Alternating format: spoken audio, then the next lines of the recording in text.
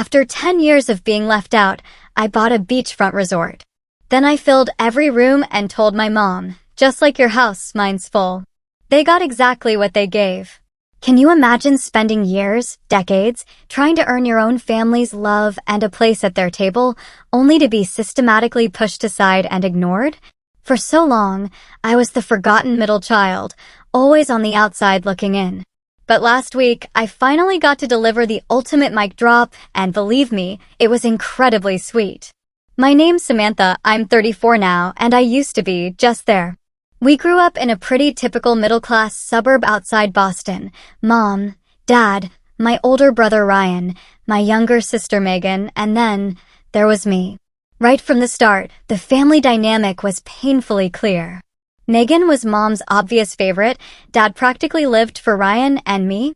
Well, I was just Samantha.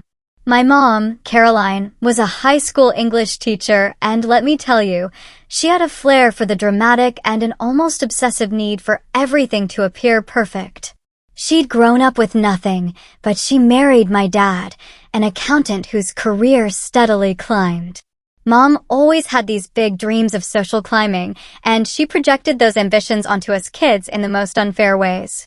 The favoritism towards Megan was blatant. I remember bringing home straight A's, practically bursting with pride, and Mom would just glance at my report card and say, "That's nice, honey." Then, she'd practically trip over herself to hang Megan's C++ art project.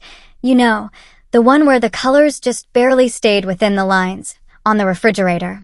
"Look at the creativity," she'd gush. Ryan, on the other hand, could do no wrong in my dad's eyes. His average grades? Totally fine, he was focusing on the important things.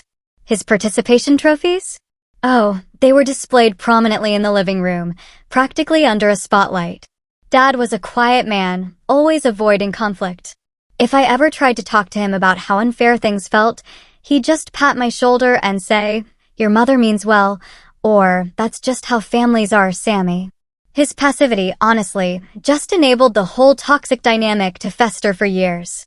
Then, when I was 13, everything changed. Financially, anyway. Dad got a huge promotion. Suddenly, we had real disposable income. After years of Mom sighing about her friends' family beach houses, my parents bought one in Cape Cod. It was modest, but beautiful. 3 bedrooms, private beach access. It became Mom's crown jewel, the place she could finally entertain her friends and show off her version of the American dream. Those first few summers there were actually pleasant. I remember helping Dad grill seafood on the deck, watching the sunset. Building sandcastles with Megan before she became a teenager and decided I was officially uncool. Long walks on the shore with my first high school boyfriend. But even then, little cracks started to show. In family photos at the beach house, I was always on the edge or half hidden behind someone. "Samantha, move back a bit. The sun is catching her glasses," Mom would direct, even on cloudy days. And the framed photos that made it onto the walls of our main house? I was often cropped out entirely. My academic achievements continued to be completely overshadowed.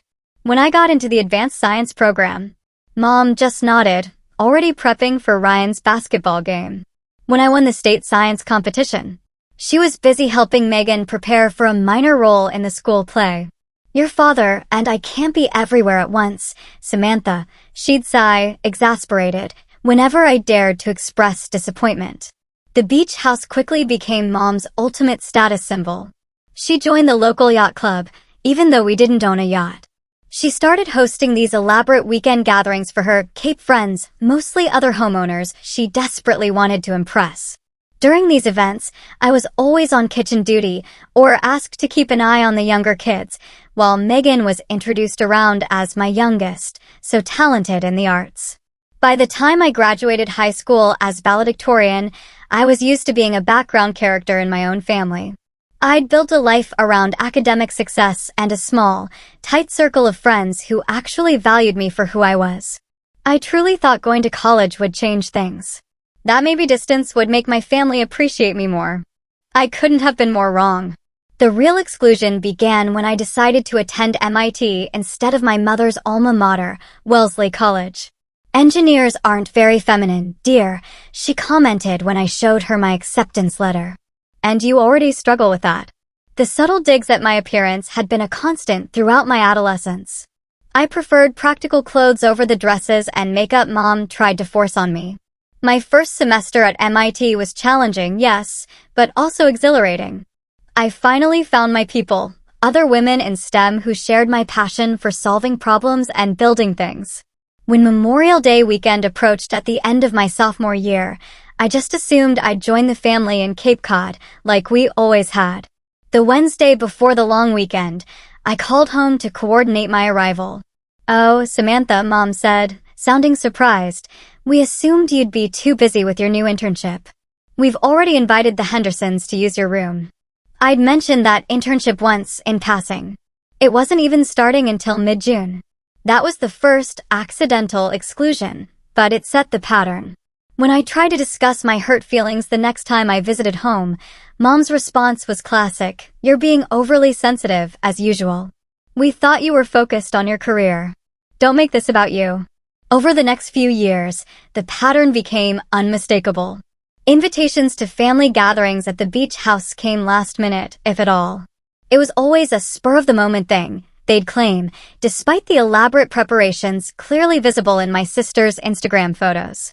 Thanksgiving of my senior year at MIT marked a turning point. I arrived home to find my bedroom had been converted into what Mom called a crafting room for her new hobby. "You can sleep on the pull-out couch in the den," she informed me casually. "You're only here for a few days anyway." Meanwhile, Ryan's childhood bedroom remained untouched, still full of his high school sports trophies, even though he'd moved to Chicago years before. That Christmas, I received a text from Mom 3 days before the holiday. "We're doing Christmas at the Cape House this year. It'll be cozy with the Wilsons joining us. Not enough space for everyone, so we thought you'd prefer to celebrate with your roommates, since you mentioned how close you all are." I hadn't mentioned anything of the sort. I started dating Ethan during my final year at MIT.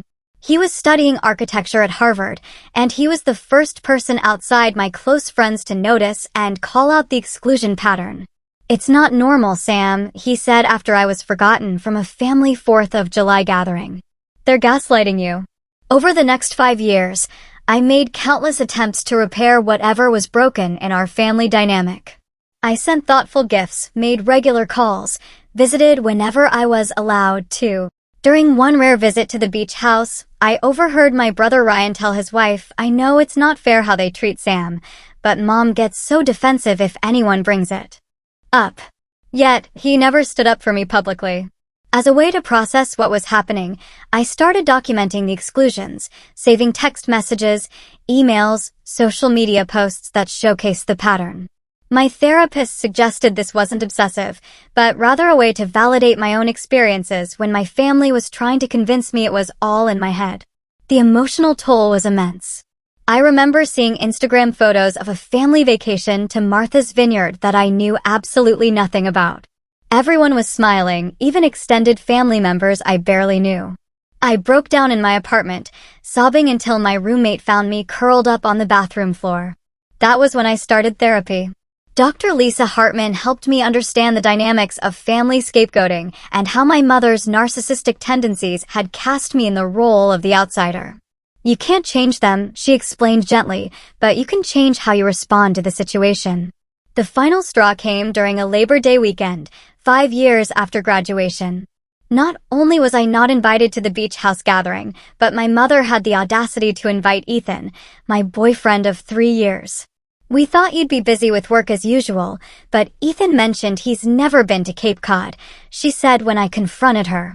Ethan declined, of course, but the message was crystal clear. It wasn't about space or timing. They simply didn't want me there. After years of trying to earn my family's approval and inclusion, I made a conscious decision. I would channel my hurt into professional success. If I couldn't find belonging in my family, I would create my own path where I was valued.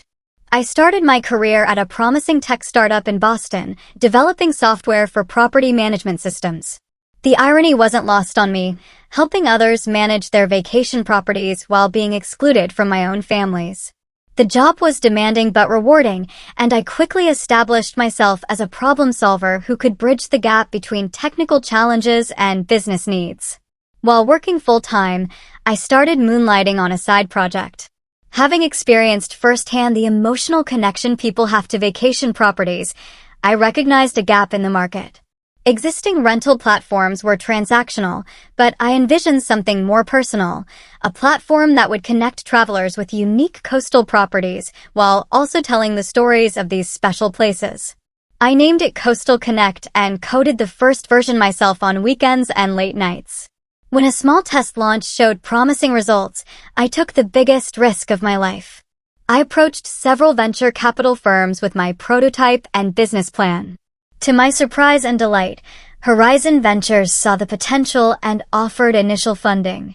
Leaving my stable job was terrifying, but exhilarating. For the first time in my life, I was pursuing something that was entirely mine. No family expectations or judgments attached to it. I rented a tiny office space and hired 2 employees, a fellow MIT graduate named Aisha who handled back-end development, and Marcus, a marketing specialist who understood my vision of creating emotional connections to places. The first 2 years were a roller coaster. We faced technical challenges, competitor pressure, and the constant stress of runway concerns. There were nights I slept on the office couch, weeks when I forgot to call anyone outside work, and moments of doubt when I wondered if I'd made a catastrophic mistake. But we persevered. Our unique approach, highlighting the stories behind coastal properties, the family who built the lakeside cabin by hand, the historic lighthouse converted to a guest house, the beachfront cottage where a famous novel was written, resonated with both property owners and travelers seeking meaning in their vacation experiences. By year 3, we had expanded to 15 employees. By year 5, we crossed the 100-employee mark and moved into a proper office overlooking Boston Harbor. The platform now featured properties across all coastal regions of the United States, with plans to expand internationally. When Forbes included me in their 30 Under 40 list, profiling innovative entrepreneurs changing their industries, I sent a copy to my parents. My father called with congratulations. My mother sent a text, "Nice photo. Glad that business degree from Wellesley worked out for you." I had graduated from MIT with a computer science degree. The financial independence that came with success brought something even more precious. My chosen family expanded. Colleagues became friends, mentors became confidants, and clients became supporters. We celebrated company milestones with genuine joy, had heated debates about product direction that ended in hugs, and supported each other through personal challenges. This, I realized, was what family was supposed to feel like. My relationship with Ethan, unfortunately, couldn't withstand my success. "You're never present anymore," he complained during our 5th year together. The truth was more complicated. As I grew more confident and established in my identity, I became less willing to accommodate his need to be the more successful partner. When he referred to my company as "your little website" during a dinner with his colleagues, I knew we had no future together. Dating as a successful female entrepreneur proved challenging in ways I hadn't expected. Men were either intimidated by my success or saw me as a trophy to acquire. I had a few short relationships that ended when they realized I wouldn't diminish myself to suit their egos. I was no longer the accommodating middle child desperate for approval. Then I met James at a tech conference in Seattle. He was running a nonprofit focused on teaching coding skills to foster youth, having grown up in the system himself. When I shared some of my family history, he nodded with understanding rather than pity. "Family isn't always blood," he said. "Sometimes it's who actually shows up for you."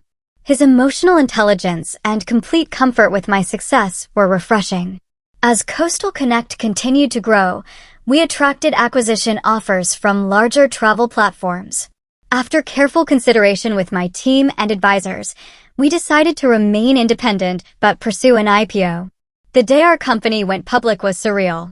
Watching the opening bell with my team, seeing our years of hard work validated, knowing that I had created something of lasting value.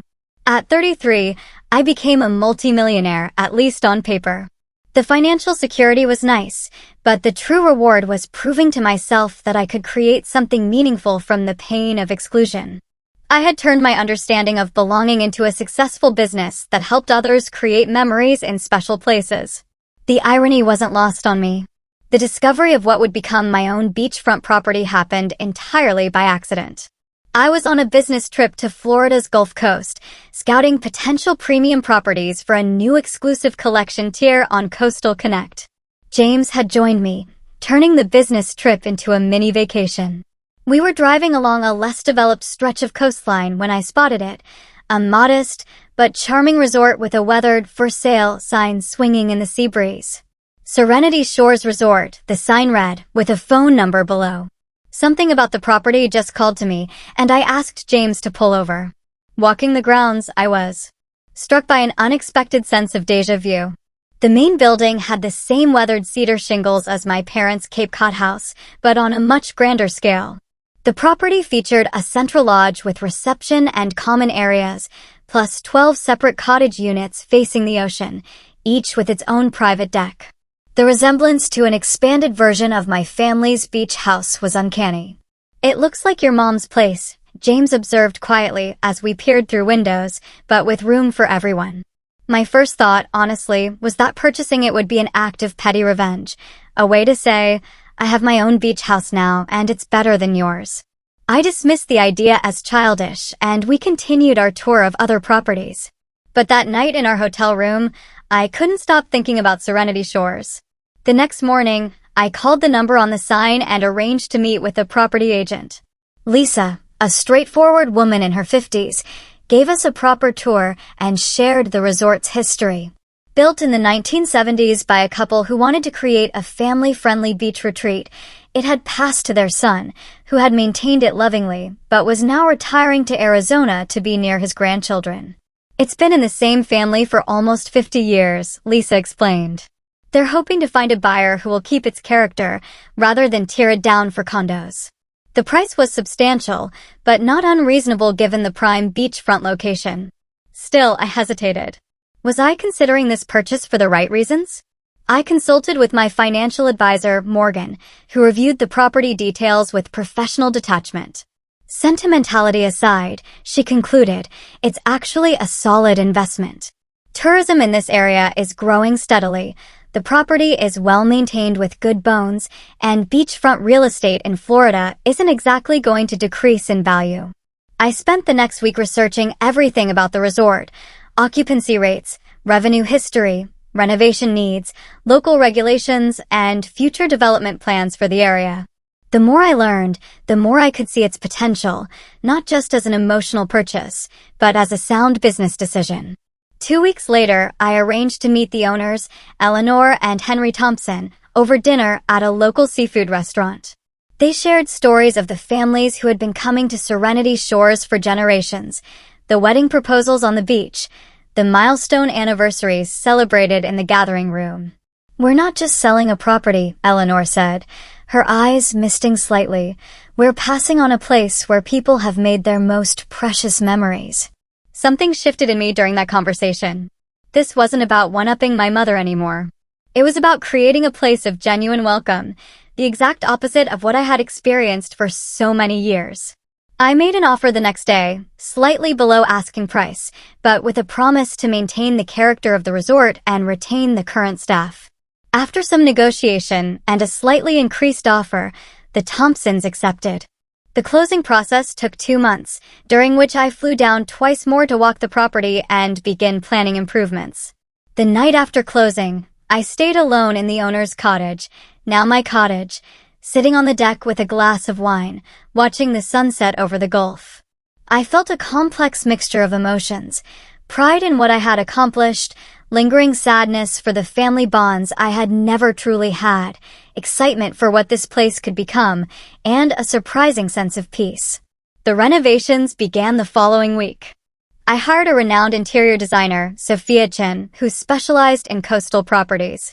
Together, we created a vision that honored the resort's history while elevating its comfort and appeal. "I want every guest to feel the sense of belonging that I had searched for my whole life," I explained to Sophia. "I wanted to feel warm and welcoming, but not pretentious. A place where people can exhale and feel at home, regardless of where they come from." Each cottage was updated with modern amenities while maintaining its unique character.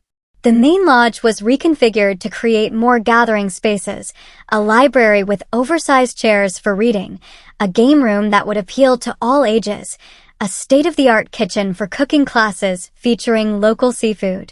I took particular pleasure in adding features that my mother's precious beach house lacked: a stunning infinity pool overlooking the ocean, private cabanas for quiet relaxation, and a fire pit surrounded by comfortable seating for evening gatherings under the stars. Every addition was made with genuine guests in mind, not as a showcase for impressing others.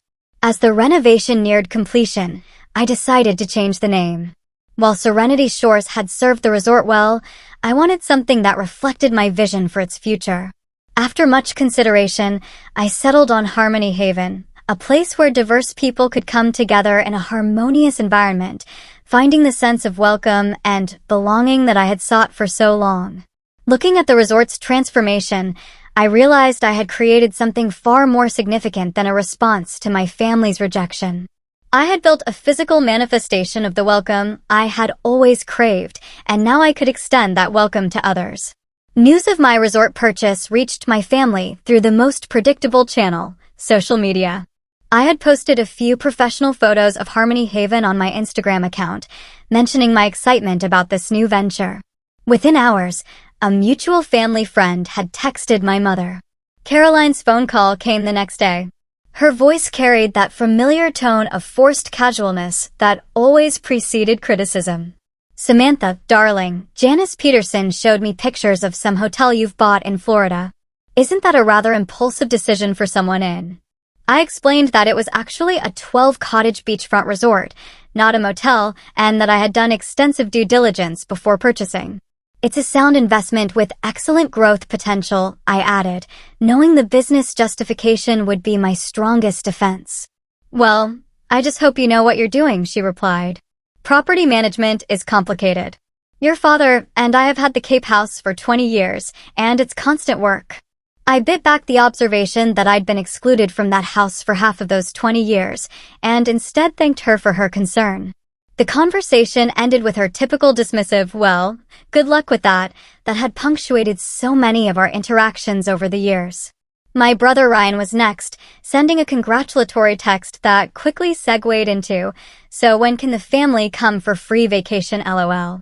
When I didn't immediately respond with an open invitation, he followed up with, "Just kidding, sis, but seriously, we should plan a family get-together there sometime." Megan's response was perhaps the most predictable. She posted a throwback photo of our family's Cape Cod house with the caption, "Nothing beats the original family beach house. So many precious memories here with Mom, Dad, and Ryan. #blessed #family tradition," conspicuously excluding any mention of me or my new property. I might have let all of this slide, if not for what happened next. My parents' 35th wedding anniversary was approaching, and my mother had been planning a celebration at the Cape House for months. I knew this because Ryan had mentioned it casually during one of our infrequent phone calls. "Mom's going all out for their anniversary in July," he'd said. "You should try to make it if you can." 2 weeks later, a formal invitation arrived in my mail, an ivory card with embossed gold lettering announcing a weekend celebration of Caroline and Richard's 35 years of marriage at the Cape Cod house. At the bottom, in smaller print, "We regret that due to space limitations, we cannot accommodate everyone for overnight stays." I sent a generous gift, a weekend package at a luxury spa resort near their home, along with a heartfelt card expressing my regret that I couldn't attend due to prior commitments with Harmony Haven's opening preparations. The gift was delivered with signature confirmation, but I never received so much as a text acknowledging it. Through Ryan's wife's Instagram posts, I discovered that not only had several distant cousins been invited to stay at the house for the anniversary weekend, but also 2 couples I had never met, apparently new friends from my mother's garden club. The space limitations were clearly selective. James found me crying in our Boston apartment after seeing these posts. "You know this isn't about you, right?" he said gently. "This is about her inability to celebrate your success." I bought a whole resort partly because they said their house was too small for me. I admitted through tears. How pathetic is that? It's not pathetic, James countered. You took pain and turned it into something beautiful and successful. But now you have a choice about how to use it. This resort can be about revenge, or it can be about healing. His words stayed with me as I finalized plans for Harmony Haven's grand opening, which coincidentally fell on the same weekend as my parents' anniversary celebration. I had initially considered postponing it when I realized the conflict, but now decided to proceed as planned. Instead of focusing on my family's exclusion, I created a guest list that included people who had supported me throughout my journey, my first employees at Coastal Connect, mentors who had guided me, friends who had provided shoulders to cry on after particularly painful family incidents, and even several people I knew who had similar experiences with family estrangement. I hired a renowned chef to create a menu highlighting local specialties, engaged a popular local band for entertainment, and arranged for a photographer to document the event. The resort would be fully booked for the opening weekend, with each cottage hosting special guests who had made a difference in my life. As preparations progressed, I posted occasional updates on social media, professional photos of the completed renovations, teaser menus from the chef, announcements about some minor celebrities who would be attending. I wasn't doing this to provoke my family, but I wasn't hiding my success either. About a week before the grand opening, I received an unexpected call from my mother.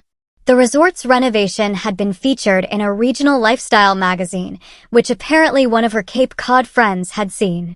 Samantha, she began without preamble. Judith Whitman showed me an article about your Florida place. It looks quite nice. More commercial than our beach house, of course, but impressive for a first property. I thanked her politely, waiting for whatever would come next. Your father and I were thinking we might drive down to see it sometime, perhaps after our anniversary celebration? Is there a good time in August? For a moment, I was that hopeful middle child again, eager for any scrap of parental attention. Then I remembered James' words about healing versus revenge and realized there was a third option, healthy boundaries. I'd be happy to show you around, I replied carefully, but August is actually our busiest month. We're fully booked through Labor Day, in fact. Maybe sometime in the fall would work better. There was a pause on the line. Fully booked? But surely you have some pull as the owner? You could make arrangements for family. And there it was, the expectation that had defined our relationship for so long. Family meant accommodating her needs, while she accommodated everyone but me. I take the guest experience very seriously, I explained. I don't override bookings, even for family, especially for opening season, when we're establishing our reputation. Her tone chilled considerably. I see. Well, your father and I were hoping to combine it with a visit to the Hendersons in Naples, but never mind. We'll figure something out. The conversation ended shortly after, but I knew this wasn't the last I would hear about it. My mother had never responded well to having her expectations challenged, and I had just established a boundary she hadn't anticipated. Sure enough, the next day brought a text from my father. Your mother is quite upset. Perhaps you could make an exception for our anniversary. It was the closest he had ever come to directly asking me for something, which made the manipulation all the more effective. I spent an hour drafting and redrafting my response before sending. I'm sorry, Dad, but the resort is genuinely fully booked through September with non-refundable reservations. I'd love to host you and Mom in October when we have our fall specials. You could stay in our premium oceanfront cottage for as long as you'd like. His response was brief. We'll discuss it and get back to you. I knew what that meant. They wouldn't be coming, at least not until my mother found a way to position it as her idea. The week before Harmony Haven's grand opening was a whirlwind of final preparations. The landscaping crew put finishing touches on the tropical gardens, the housekeeping staff meticulously prepared each cottage, and the kitchen team practiced the special menu until every dish was perfect. As the owner, I was involved in every aspect, from approving the custom-blended bath products to selecting the locally roasted coffee beans for the welcome baskets. The first guests began arriving 2 days before the official opening, close friends and early supporters who had helped make both Coastal Connect and Harmony Haven possible. I had arranged for a pre-opening dinner on the beach, a casual affair with tiki torches, local seafood, and acoustic music. Standing on the deck overlooking this gathering of people who had truly seen and supported me, I felt a profound sense of gratitude. These were the people who had celebrated my successes and comforted me through disappointments. They had never made me feel like an afterthought or an inconvenience. This, I realized, was what true family could be. James joined me on the deck, sliding his arm around my waist. "You did this," he said quietly, following my gaze to the happy gathering below. "You created not just a beautiful place, but a beautiful community." The official opening day arrived with perfect weather, bright sunshine, a gentle breeze, and the Gulf of Mexico displaying its most spectacular turquoise hues. Local press arrived for the ribbon-cutting ceremony, along with tourism officials and neighboring business owners. The resort was fully booked with a diverse mix of guests, some friends, some travel influencers who had helped spread the word, and some regular travelers who had simply been lucky enough to secure reservations for the opening weekend. I was in my office, reviewing some last-minute details, when the front desk manager knocked on my door. "Miss Walker, your mother is here." For a moment, I thought I had misheard. "My mother, Caroline Walker?" He nodded. "She says she wanted to surprise you for your opening. She's in the reception area." My heart raced as I made my way to the front of the resort. Caroline stood in the center of the lobby, examining the custom lighting fixture we had commissioned from a local artist, a cascading arrangement of blue and green glass pieces that resembled ocean waves. She wore a crisp white linen suit that probably cost more than some people's monthly rent, her hair perfectly styled as always. "Mom," I said, genuinely surprised, "I wasn't expecting you." She turned with a practiced smile. "Darling, I couldn't miss my daughter's big day, could I? Your father sends his regrets. Someone needs to host the anniversary party after all." The passive-aggressive dig was so typical that I almost laughed. Of course, she would position her appearance as a sacrifice made on my behalf, rather than acknowledge she was choosing to be here instead of there. "It's good to see you," I said, meaning it despite everything. "Would you like a tour?" The next hour was surreal. I showed my mother around the property I had poured my heart and resources into, watching her take it all in with a practiced neutral expression that occasionally slipped to reveal genuine surprise at certain features. "The infinity pool is certainly dramatic," she commented, running her hand along the edge where water seemed to spill directly into the ocean beyond. "A bit flashy for my taste, but your guests will probably enjoy it." "They already do," I replied evenly. "We've had nothing but 5-star reviews for our soft opening period." As we walked through the meticulously designed common areas, I could sense her calculating the investment each feature represented: the custom furniture, the local artwork, the high-end appliances in the demonstration kitchen. "You've certainly spent a fortune," she observed. "It's an investment in quality and experience," I corrected. "Every detail has been carefully considered to create a cohesive environment where guests feel both pampered and at home." The tour continued through one of the premium cottages, currently unoccupied as it was being prepared for a special guest arriving later. My mother took in the ocean view from the private deck, the luxurious king bed with its high thread count linens, the spa-like bathroom with its oversized soaking tub. "This is quite nice," she admitted reluctantly. "Different from our place, of course. Ours is more authentic. This is more like a hotel." "That's because it is a hotel, Mom," I replied with a smile. A boutique resort specifically designed to make guests feel special. As we completed the tour and returned to the main building, we encountered James chatting with Sophia Chin, the interior designer, and Alejandro Vega, the celebrity chef I had hired to create our opening weekend menus. I made introductions, watching with a mixture of amusement and satisfaction as my mother's demeanor shifted upon realizing she was meeting people whose names she had seen in magazines. "Sophia Chin, your work in the Hamptons was featured in Architectural Digest, wasn't it?" she gushed, suddenly animated. "And Chef Vega, I've tried to get reservations at your Miami restaurant for years." The subtle positioning had begun, my mother attempting to establish herself as someone of importance, someone who belonged in this world of success and recognition. It was a dance I had watched her perform countless times at the Cape House with her important friends. I suggested we have lunch on the private patio of the resort's restaurant, where we could talk while enjoying Chef Vega's cuisine. As we were seated at the best table, overlooking both the pool and the ocean, I could see her taking mental notes, likely for stories she would tell her friends back home, carefully edited to paint herself into the narrative. "So," she said after ordering a glass of expensive champagne, "you've done well for yourself. Your father and I always knew you would." I bit back the urge to point out that they had never expressed any such confidence in me. Instead, I simply thanked her and steered the conversation toward neutral topics: the weather, garden club activities, a movie she had recently seen. It was during dessert, a local specialty of key lime pie with a modern twist, that she finally revealed the true purpose of her visit. "Samantha, about your father's and my anniversary weekend," she began, setting down her fork. "We've had a slight change of plans. The persons have had to cancel. John's back is acting up again. And that leaves us with an empty guest room at the Cape House." I waited, already knowing where this was heading. It occurred to me that this might be perfect timing. We could have our celebration, you could join us after all, and then your father and I could drive down to see your place the following week. It works out beautifully for everyone. The invitation was so transparently conditional that it was almost comical.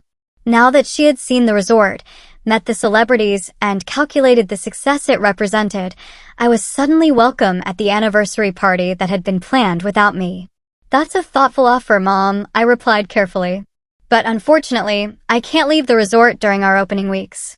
As the owner, I need to be present to ensure everything runs smoothly." Her smile tightened slightly. "Surely you have managers for that sort of thing?" "This is a special family occasion, Samantha." "It is," I agreed, "which is why I sent that spa package for you and Dad. I hope you'll enjoy it after your celebration." "About that," she said, her voice taking on the slight edge I knew so well. "The spa is lovely, but what we'd really prefer is to come here. We could arrive next Friday, the day after the anniversary party. I assume you can arrange accommodations for us?" "Nothing too elaborate, just one of the nicer cottages, preferably the one you showed me earlier with the ocean view." And there it was, the assumption that had defined our relationship for years. The expectation that her preferences would automatically override any other considerations, including commitments I had already made to others. I took a deep breath, centering myself before responding. "Mom, as I mentioned before, we're fully booked through September. That includes next weekend. Every cottage has been reserved for months, many by people who are here specifically for our opening festivities." Her expression hardened. "You're the owner, Samantha. Surely you can make arrangements? Move some people around, offer them a discount or something." "I don't operate that way," I said firmly. "I respect the commitments I've made to my guests. Just like your beach house has been too full to accommodate me for the past 10 years, my resort is too fully booked to accommodate you next weekend." The moment the words left my mouth, I saw the shock register on her face. For perhaps the first time in our relationship, I had named the pattern directly instead of accepting her excuses. "That's entirely different," she said, her voice rising slightly. "Our house is small, you know that. We can't always fit everyone. And yet, somehow, there's always room for everyone except me," I replied, keeping my voice level. "Ryan, Megan, distant cousins, your garden club friends, they all seem to fit just fine." "I don't appreciate your tone," she said, straightening in her chair. "I've come all this way to support you, and this is how you thank me? By bringing up ancient history and making accusations." "It's not ancient history, Mom. It's a consistent pattern that continues to this day. I wasn't invited to your anniversary celebration until you saw my resort and decided it might benefit you." Her face flushed. "That is absolutely untrue. We always wanted you there. There were simply complications with the accommodations." "There always are," I said quietly. "But the truth is, I've built something here that I'm proud of. I've created a place where people feel welcomed and valued. The opposite of how I felt in my own family for years." "I don't have to listen to this," she said, dropping her napkin on the table and standing up. "I came here to support you and to try to include you in our special celebration, and you've turned it into some sort of childish revenge." I remained seated, looking up at her calmly. "This isn't about revenge, Mom. It's about boundaries. I would love to have you and Dad visit the resort when we have availability. October is beautiful here, and I'd be happy to reserve our best cottage for you then." October, she scoffed. That's months away. We wanted to combine it with our anniversary trip. Just like your house, Mom. Mine's out of room too, I said simply. I'm honoring the commitments I've made to the people who are actually here for me. Not just when it's convenient or makes them look good, but consistently, through everything. She stared at me for a long moment, a mixture of anger and something that might have been a flicker of realization crossing her face. Then she gathered her designer purse and squared her shoulders. I'll be leaving now. Please have someone bring my car around. I'll walk you out, I offered, standing up. That won't be necessary, she replied coldly. I can find my own way. I always do. As she walked away across the restaurant patio, her white linen suit bright against the blue ocean backdrop, I felt a strange combination of sadness and liberation. For the first time in my adult life, I had named the reality of our relationship and held firm to a boundary. Whether she acknowledged it or not, something fundamental had shifted between us. And regardless of how she chose to respond, I knew I would no longer measure my worth by her approval or inclusion. Despite the dramatic confrontation with my mother, Harmony Haven's grand opening weekend was an unqualified success. The resort received glowing coverage in travel magazines and social media, with particular praise for the thoughtful design, exceptional service, and warm atmosphere. Several guests extended their stays, and our booking calendar quickly filled through the fall season. The emotional aftermath of my mother's visit took longer to process. I found myself cycling through familiar feelings of guilt, anger, and sadness in the weeks that followed. Had I been too harsh? Should I have found a way to accommodate her just this once? The old patterns of self-doubt were hard to break. James was my rock during this time, listening without judgment as I worked through these complex emotions. You set a healthy boundary, he reminded me. That's different from rejecting her. My family's reactions were mixed and, frankly, predictable.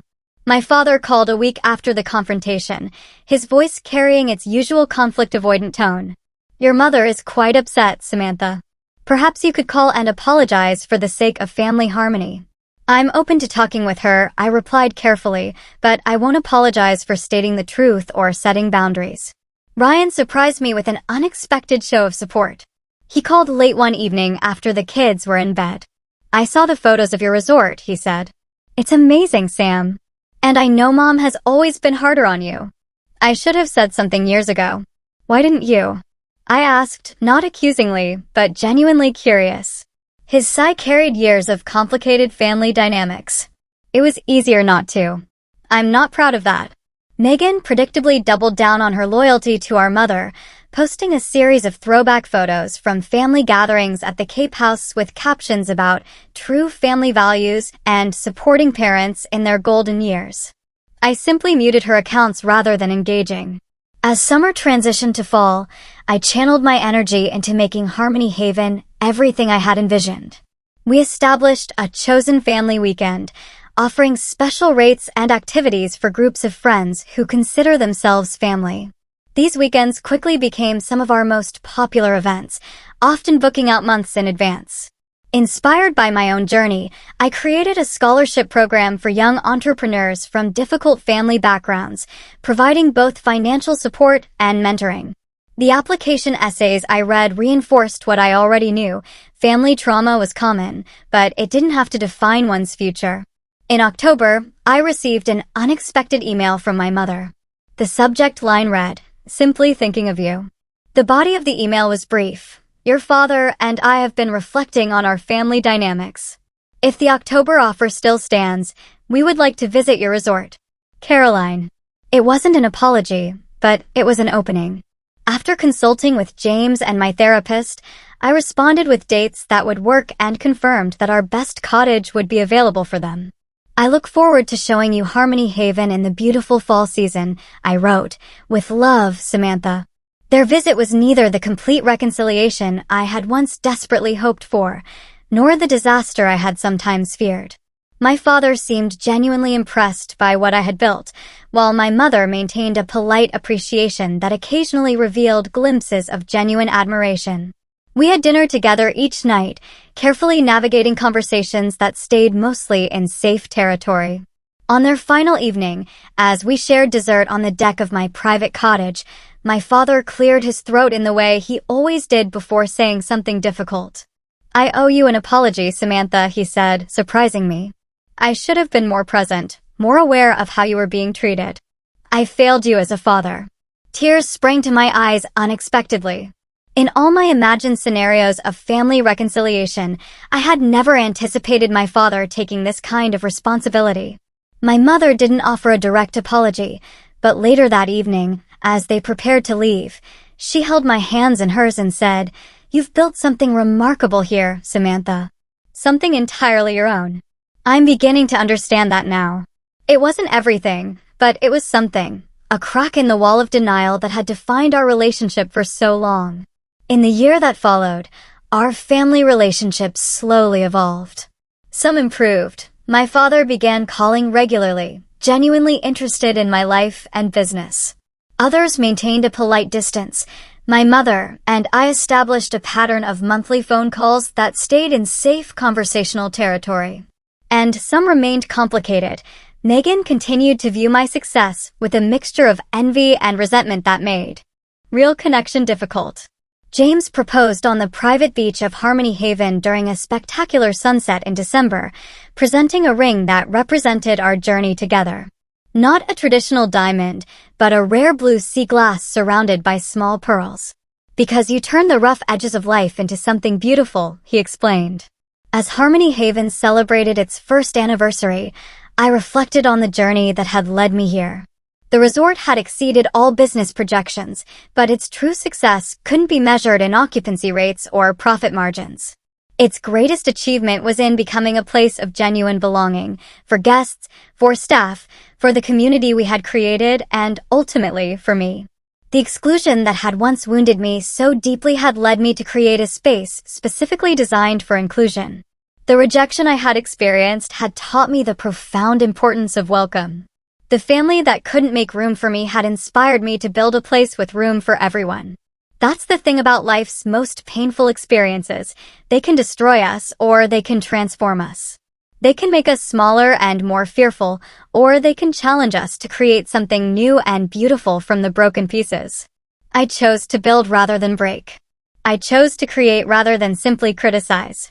And in doing so, I found not just success, but healing. So, what about you? Have you ever had to turn pain into purpose or rejection into creation? How have difficult family dynamics shaped your life choices? Thank you for being part of my story today, and remember, sometimes the people who don't make room for you are unknowingly pushing you toward creating something bigger than they could ever imagine. Take care.